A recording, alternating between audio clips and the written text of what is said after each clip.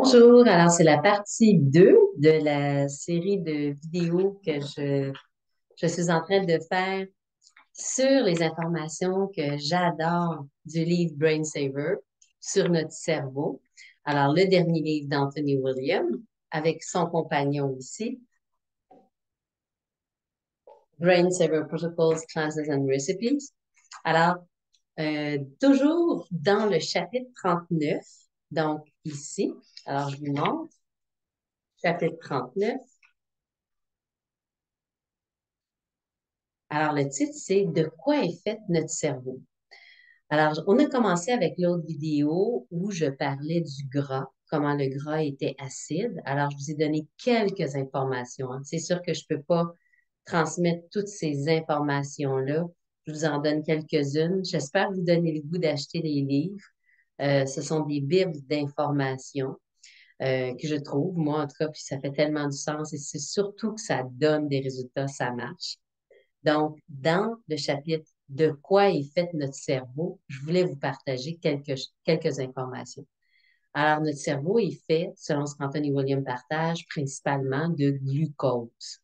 Alors, on reçoit les premières sources de glucose quand on est dans le ventre de notre mère et lorsqu'on est allaité, et c'est la composante principale du lait maternel qui est le glucose.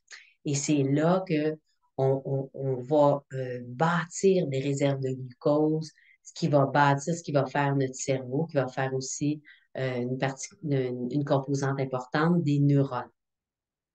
Alors, où aller chercher les bonnes sources de glucose? Comme j'ai dit dans la vidéo précédente, les fruits frais, leurs jus fraîchement extraits, les fruits congelés, les patates, toutes les formes de patates, patates blanches, patates jaunes, patates rouges, toutes les autres patates, patates douces, toutes les courges, l'eau de coco, le sirop d'érable, le miel cru.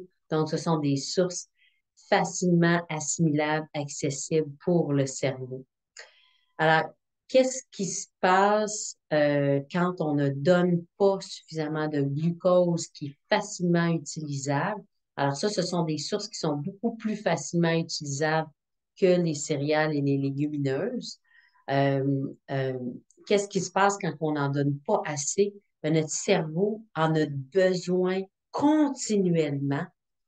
Pourquoi? Pour plusieurs raisons. Je vous en donne quelques-unes. Une première, c'est que c'est un circuit électrique, hein, énorme ici, notre cerveau, puis aussi les neurones. Donc, ça ne se limite pas au cerveau, mais disons si on se concentre au niveau du cerveau. Et ce qui va empêcher la surchauffe du circuit électrique, comme un ordinateur, hein, qu'on a besoin on pourrait dire de le faire refroidir, ou autre appareil électrique. On ne veut pas qu'il y ait une surchauffe. Alors, pour éviter ça, c'est le glucose qui va refroidir, qui va permettre à ce que lorsque l'électricité circule, puis continuellement, jour et nuit dans notre cerveau, bien, cette électricité-là pourrait brûler des neurones, brûler des neurotransmetteurs, mais quand il y a l'agent refroidissant principal qui est le glucose, bien, ça va empêcher de faire ça. Alors ça, c'est une des raisons pour lesquelles on en a besoin continuellement au niveau de notre cerveau. Ce qu'on a vu, ou en tout cas ce que je vous ai partagé un peu dans l'autre vidéo précédente, c'était que le gras vient empêcher le glucose de bien rentrer dans les cellules. Donc, le gras va créer de la résistance à l'insuline. Elle va rendre le travail de l'insuline beaucoup plus difficile, puis on va devoir sécréter encore plus d'insuline, pardon. Mais c'est surtout que lorsque lorsqu'on, disons, on est habitué à manger du bon glucose ou pas du bon glucose, mais avec beaucoup de gras. Alors, le but, c'est de diminuer beaucoup le gras, puis même des fois de ne pas l'en prendre pour que le glucose puisse rentrer dans les cellules et que notre cerveau puisse en bénéficier. Donc, ça, c'était une chose dont je voulais vous parler qui est très important au niveau du glucose. Et l'autre chose aussi, c'est que le glucose va permettre à tous les nutriments d'entrer dans les cellules. On a besoin que tous les nutriments, donc toutes les vitamines, tous les sels minéraux, tout, pour entrer dans nos cellules, il faut qu'ils soient attachés au glucose.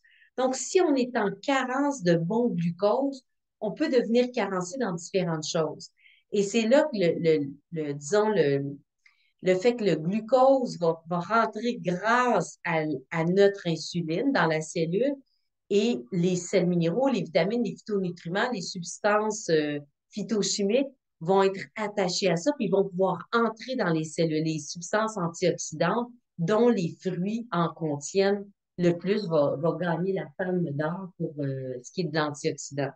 Et d'ailleurs, l'aliment qui est représenté sur le livre Brain Saver, c'est un bleuet, le bleuet sauvage.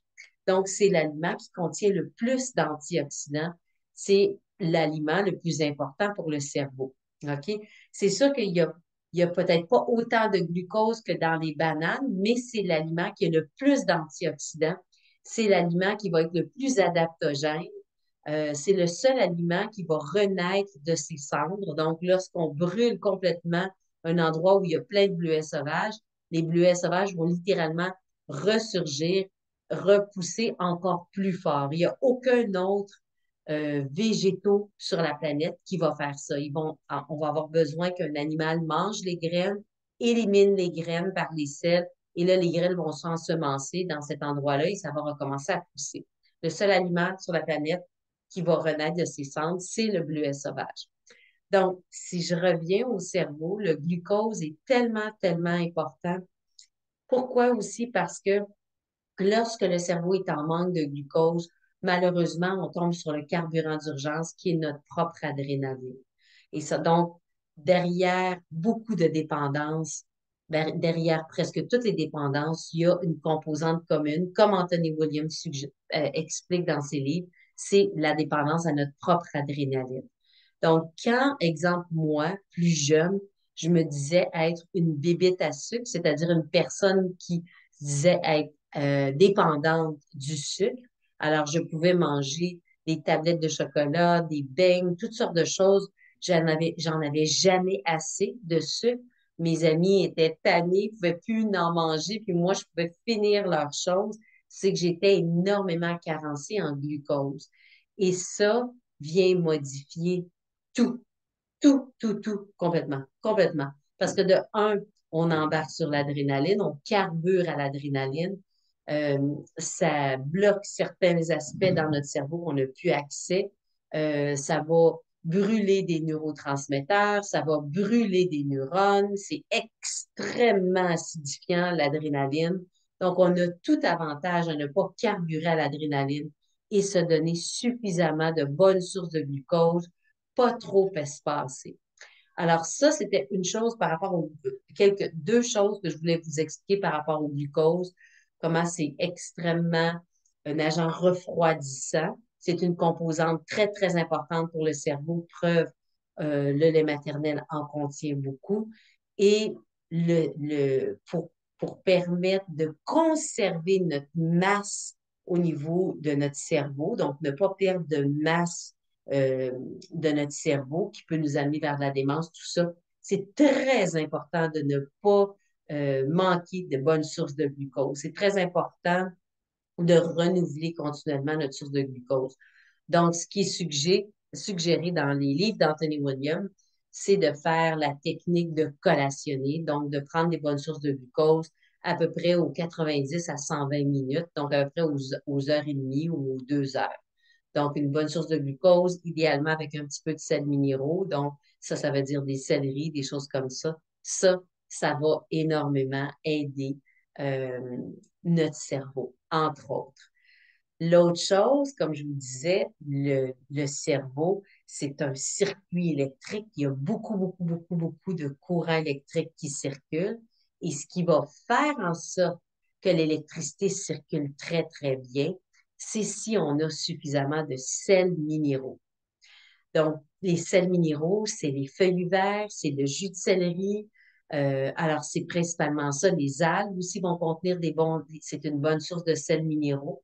Alors, les sels minéraux, un peu comme dans un ordinateur ou un appareil électrique, ce qui va permettre à l'électricité de circuler, c'est le métal, OK, qui va être conducteur d'électricité. Dans notre corps, ce qui va être conducteur d'électricité, c'est les sels minéraux. Donc, plus j'ai de bonnes sources de sels minéraux, plus l'électricité va circuler, plus on va avoir de l'énergie, plus les pensées vont être plus rapides, on va mieux dormir. Bref, ça va avoir un impact sur tout. C'est important de réaliser à quel point on en a besoin.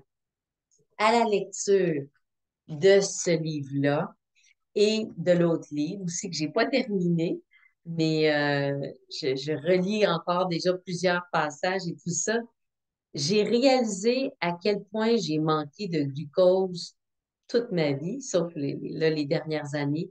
Et j'ai réalisé jusqu'à maintenant, ben en fait jusqu'à dernièrement avec ce livre-là, à quel point j'avais besoin, on a tous besoin de sels minéraux, encore plus que ce que je pouvais penser.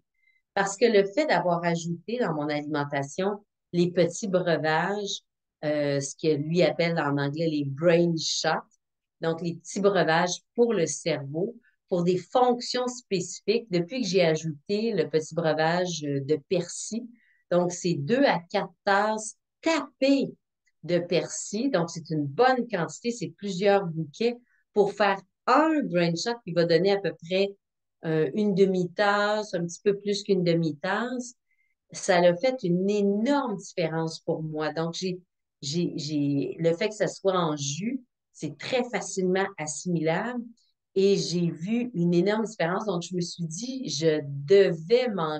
dois manquer de sels minéraux énormément puisque j'ai senti une différence immédiatement.